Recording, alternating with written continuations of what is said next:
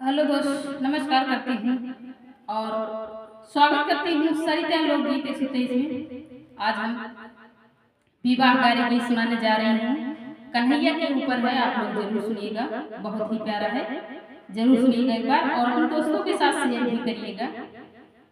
लीजिए एक गीत सुनिए और आनंद लीजिए। नदिया किनारे कहाँ गैया चरावई हो, नदिया किनारे कहाँ गैया चरावई। अरे मुरली बजावई मन मानी, हाँ सीताराम से भजो। अरे मुरली बजावई मन मानी, हाँ सीताराम से भजो।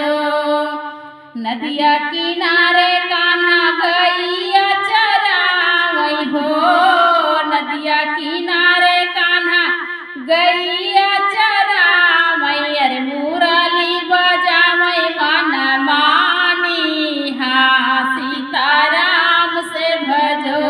अरे मुरली बजावई मन मानी, हाँ सीताराम से भजो।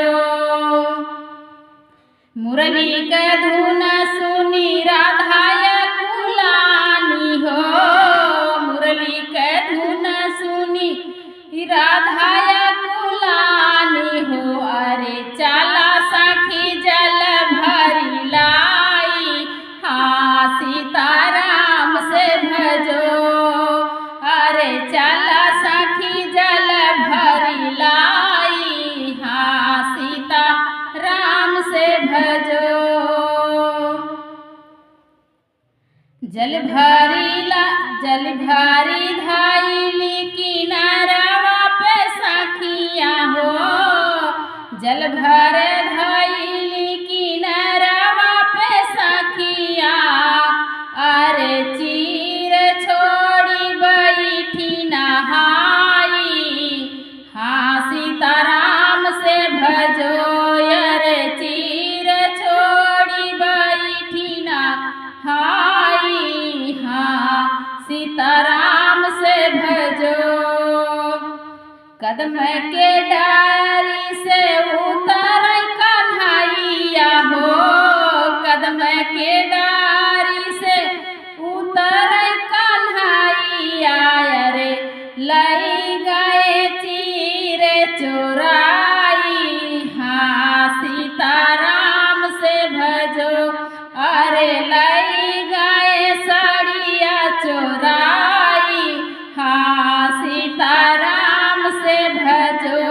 अरे लई गए चुनरी उठाई, हाँ सीताराम से भजो। हाथ जोड़ी सखिया विनती करत है हो, हाथ जोड़ सखिया विनती करत है। अरदई दे चीर हमारी, हाँ सीताराम से भजो। अरे दई देता चीर हमारी, हाँ सीताराम से भजो। जो तू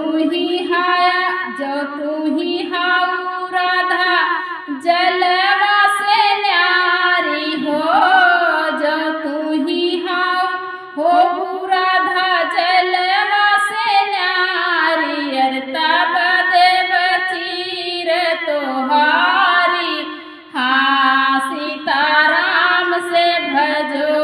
अरे तब देव चीर तुम्हारी, हाँ सीताराम से भजो। कैसे का होए कान्हा जल से न्यारी हो, कैसे का होए कान्हा जलवा से न्यारी हो।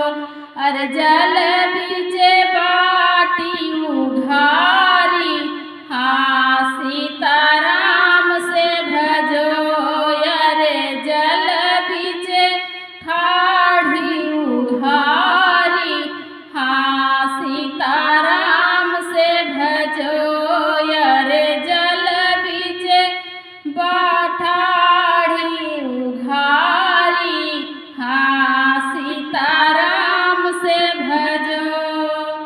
कैसे कायाई कान्हा तोहर समानवा हो, कैसे कायाई कान्हा तोहर समानवा, अरे तुम तो पुरुष हम नारी, हाँ सीताराम से भजो, अरे तुम तो पुरुष हम नारी, हाँ सीताराम से भजे, अरे तुम तो पुरुष हम नारी, हाँ सीताराम से भजो।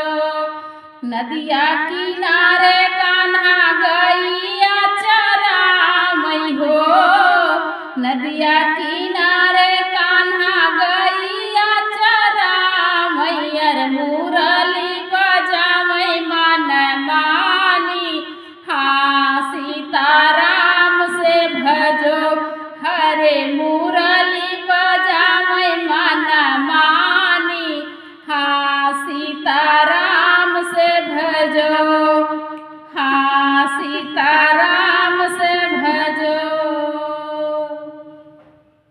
कैसा लगा ये गीत जरूर बताइए। फिर भी अगले वीडियो में, तब तक के लिए बाय बाय।